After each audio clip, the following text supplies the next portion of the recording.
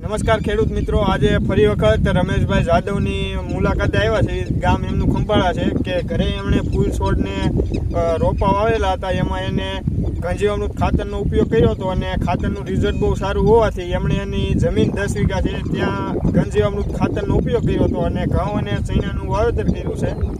એટલે એમાં એણે ઘનજીવામૃત ખાતરનો ઉપયોગ કર્યો છે તો રિઝલ્ટ બહુ સારું જોવા મળે છે. ખાતર નાખ્યા પછી ઘનજીવામૃત ખાતરના ઉપયોગ પછી રિઝલ્ટ બહુ સારું છે અને રમેશભાઈને જ ખેડૂત આપણી સાથે જોડાયેલા છે, એની સાથે જ વાત કરી કે ભાઈ ખાતરના ઉપયોગ કર્યા પછી તમને કેવું કામ રિઝલ્ટ જોવા મળ્યું છે. બીજા યુરિયા, ડીએપી ખાતર, રાસાયણિક ખાતર નાખ્યા કરતાં અત્યારે ઘનજીવામૃત ખાતરનો તમે ઉપયોગ કર્યો છે તો તમને કેવું આમ લાગે છે રમેશભાઈ? ખાતર આપણે નાખ્યા પછી તો રિઝલ્ટ બહુ સારું છે. એનું કારણ છે મેં 9 તારીખે આ ઘઉં વાવ્યા છે. 9 તારીખે.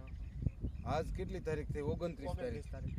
તો હજી સુધીમાં મેં પાયા નથી ને બીજું કોઈ ખાતરનો ઉપયોગ નથી કર્યો, નથી કોઈ દવાનો ઉપયોગ કર્યો, પણ છતાંય આમાં ક્યાંય પાણીની તાણ હોય એવું મને લાગતું નથી.